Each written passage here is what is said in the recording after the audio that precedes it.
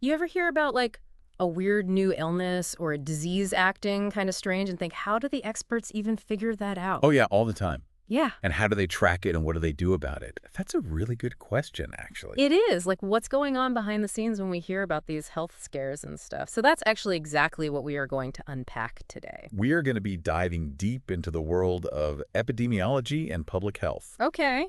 We've got this really cool chapter, lays it all out. Yeah, it's going to be kind of like your cheat sheet to understanding all those news stories. Exactly. Like the science behind them and how they figure everything out. But, we're not going to, like, bore you with the nitty-gritty. Right, just the good stuff. Just the need-to-know basics. The big picture. The big picture, yeah. Okay, so first things first, what even are epidemiology and public health? Okay, so epidemiology, well, it's basically the study of how diseases occur, how they spread, and what factors influence them in different populations. Right. And public health is kind of like the bigger picture, right? Yeah. It's looking at the health of the entire population. Like, how do we keep everyone healthy? Oh, okay. So epidemiology is like the detective work, Kind of. figuring out the who, what, where, why of a disease, and then public health steps in and uses that information to, like, protect everyone. Exactly. Like the epidemiologists, they're out there tracking these diseases down, seeing where they started, how they're spreading. So it's like disease surveillance. Exactly. They're constantly watching, what diseases are out there. Are they acting weird? Are there more cases than normal? And they report all that. They're like the watchdogs. Totally. Mm. And then they analyze all that data to Yeah. spot trends and figure out if something's brewing, like an outbreak. It's all about being proactive. That's cool. So there were these two terms in the chapter. They seemed super important, but I wasn't totally clear on the difference. Incidence and prevalence. Oh, yeah. Those are kind of the bread and butter of epidemiology. Can you break them down for me? For sure. Incidence is all about new cases. Like in a certain time period, how many people are getting sick for the first time. Got it. It helps us understand how fast a disease is spreading. Oh, that's super useful. And prevalence, then? Prevalence is about the big picture, like the total number of cases, old and new, at a specific moment. So it shows how widespread a disease is. Exactly. It tells us about the overall impact of a disease in a population. Oh, okay. And the book had this really cool analogy comparing them to a bucket of water. Yeah, I remember that. Like incidence is like Yeah. the new drops going into the bucket, and prevalence is like all the water that's already in there. So even if new cases are low, a disease could still be really widespread if it sticks around for a long time. That's a great way to think about it. It's not just about how many people are getting sick, but also how long they stay sick for. Right. It's like the difference between a sudden downpour and a lake that's been there forever. Yeah. So the chapter also talked about different ways to classify diseases based on how they spread. Oh, yeah, how widespread they are. Yeah, like, are they always around or do they pop up in different ways? Exactly. Right, like endemic diseases, those are kind of just always there, right? Yeah, like the common cold. Right, in the winter, you kind of expect it. Always there, lurking. Lurking, but then there's epidemics. Yeah, those are scarier. Yeah. When a disease suddenly blows up in a population, Like way more cases than usual. right, out of the blue. And pandemics. That's when an epidemic goes global, right? Spreads across continents. Like a worldwide outbreak. Which is terrifying. Yeah. Oh, and then sporadic cases. Those are just kind of random, right? Yeah, like one-offs here and there, no clear connection between them. Okay. And outbreaks. Those are interesting too. Yeah, an outbreak is basically a sudden surge in cases in a specific area. So it might have been sporadic before, or maybe endemic at a low level, but then suddenly, boom. Exactly. The key is that it happens really fast. Mm. And we can't forget about virulence. Oh, right. Virulence. It's basically how good a pathogen is at making you sick. So, like, how nasty is it? Exactly. The nastier it is, the more severe the disease.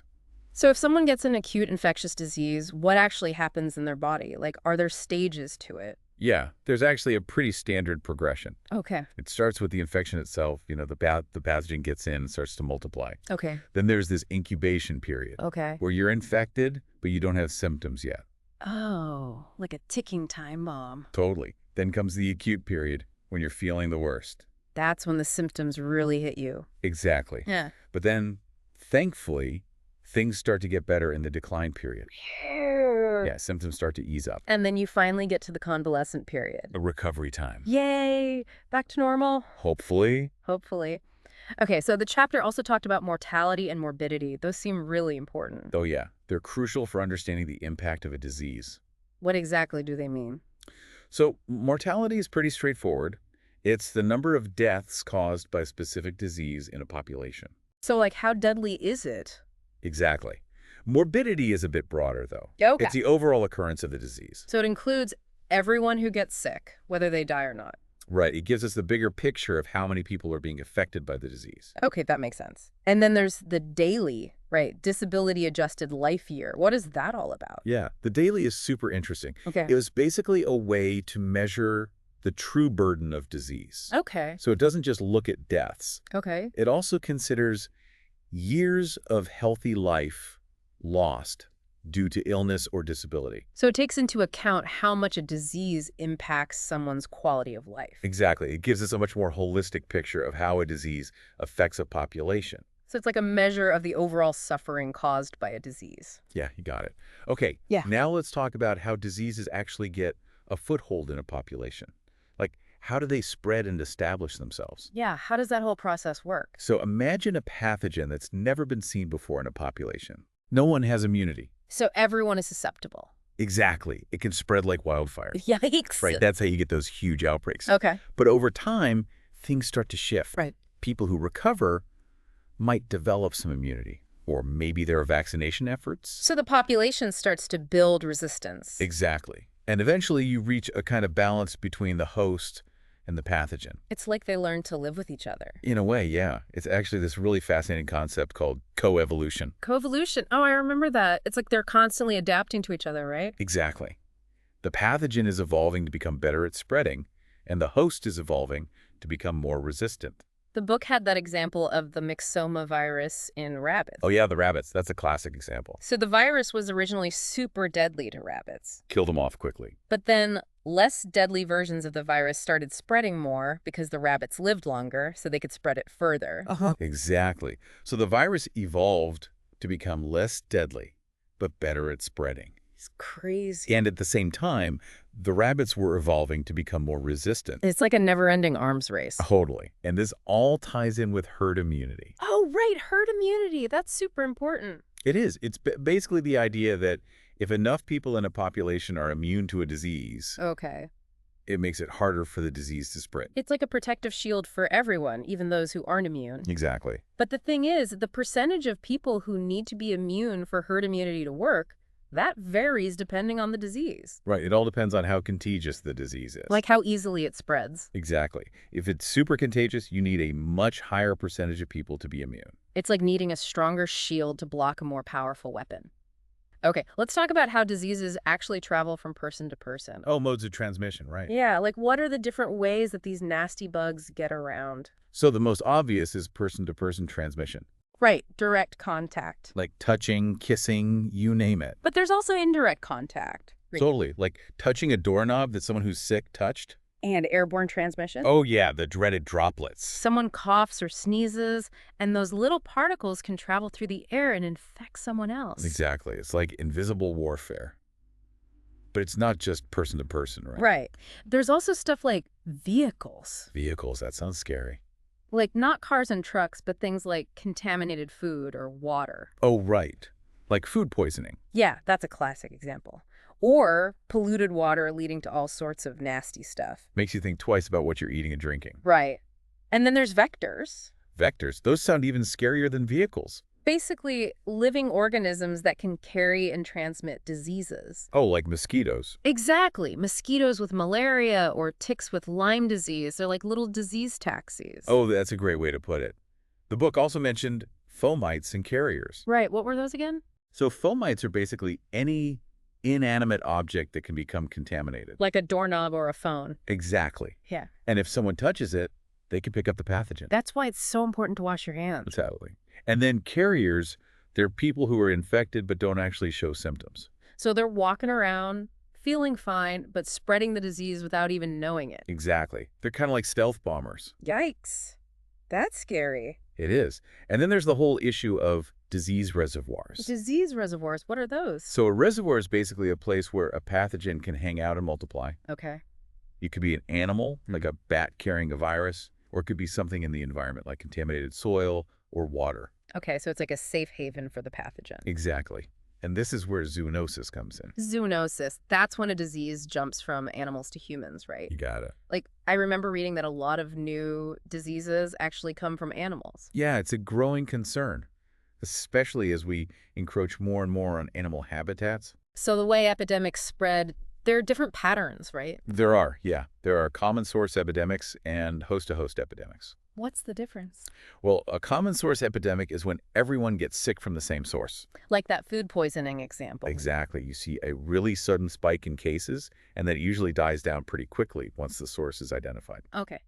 And host-to-host epidemics? Those spread from person to person. So they tend to unfold more gradually, right? Yeah, you see a slower rise in cases as it takes time for the disease to spread through the population. Like a domino effect. Perfect analogy. Oh, and I remember reading about the basic reproduction number, R0. Ah, yes. R0. That's a big one. It's basically a measure of how contagious a disease is, right? Exactly. How many people, on average, one sick person will infect? And it's directly tied to herd immunity. Oh, absolutely.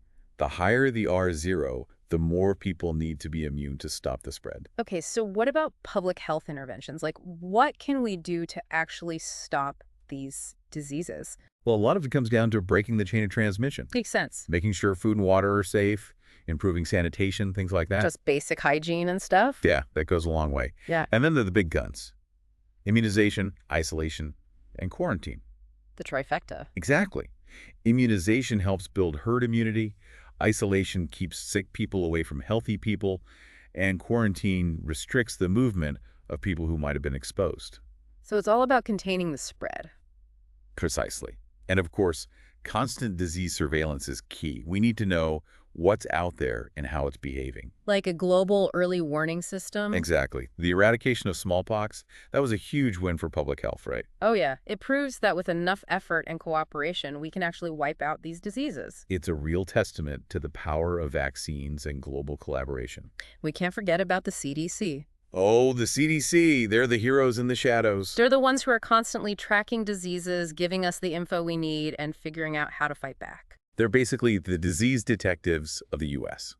It's sad, though, how much worse infectious diseases hit developing countries. Oh yeah, it's a huge disparity. The mortality rates are so much higher in places like Africa compared to, say, the Americas. It really highlights the inequalities in healthcare and resources around the world. It's a sobering reminder that we still have a long way to go.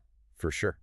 And then there's the constant challenge of emerging and re-emerging diseases. Right, the disease landscape is always changing. It is. It's like a constant arms race between us and the pathogens. So what's the difference between those two types of diseases? Well, emerging diseases are brand new, Like they've never been seen before. or they're suddenly popping up in new places or spreading much faster than before. Okay, I see. And re-emerging diseases are old foes making a comeback. Exactly. They might have been under control, but now they're back with a vengeance. Like a zombie apocalypse. Kind of. So what causes these diseases to emerge and re-emerge? Well, it's a whole bunch of factors, really. Yeah. Pathogens themselves are constantly evolving. They're getting smarter. In a way, yeah. They're mutating, becoming more virulent, or developing resistance to drugs. That's scary. It is. And then there are environmental changes, like deforestation and urbanization, that can bring us closer to animal reservoirs. So we're disrupting ecosystems and making it easier for diseases to jump from animals to humans. Exactly. And of course, there's climate change. Oh, right. That's a big one. Changing weather patterns can create new breeding grounds for vectors like mosquitoes. Like it's all connected. It really is. And let's not forget about human behavior. Right, like how we travel and interact with each other. Exactly. Increased global travel can spread diseases much faster than ever before. Makes sense. And the book had some pretty chilling stuff about pandemics. Oh yeah, those are the worst case scenarios. Things like HIV/AIDS, cholera, and the flu. Like the 2009 H1N1 pandemic, that was a wake-up call. Right. It showed how quickly a new flu strain can spread around the world. And there's always the threat of avian influenza, like H5N1. That one's a real concern.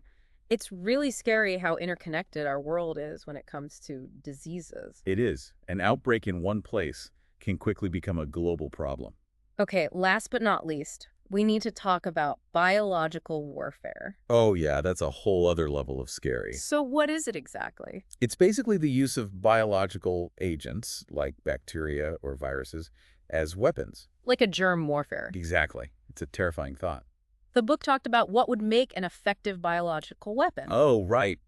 What were those factors? Well, it would need to be easy to produce and deliver, it would need to be safe for the people using it, and it would need to be consistently lethal or incapacitating. So basically a nightmare scenario. Pretty much. They even mentioned specific examples like smallpox and anthrax. Those are definitely some of the most feared biological agents. It's a good thing there are safeguards in place, like the CDC's Select Agent Program and the Laboratory Response Network. Oh yeah, those programs are super important. They keep a close eye on dangerous pathogens and make sure they don't fall into the wrong hands. So, in a nutshell, we've covered a lot of ground today. We talked about the basics of epidemiology and public health, how diseases spread, the different types of epidemics, and even the threat of biological warfare. We did.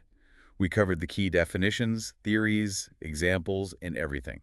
It's been a whirlwind tour of the world of infectious diseases. And it just goes to show how interconnected everything is. From the tiniest pathogens to global pandemics, it all affects us in some way. That's the thing about public health. It's truly global. What happens in one part of the world can have ripple effects everywhere else. It's a reminder that we all need to do our part to protect ourselves and each other. So yeah, I think we've successfully unpacked all the key points from the chapter on epidemiology and public health. Yep, we hit it all. Great, I'm exhausted. Me too. Diseases are tiring. They really are. Well, thanks for joining me on this deep dive into the world of epidemiology and public health. Anytime. It's been fascinating. And until next time, stay healthy out there. Yes, wash your hands. Don't touch your face. And get your vaccines. Yes, please. Stay safe, everyone. Bye. See you later.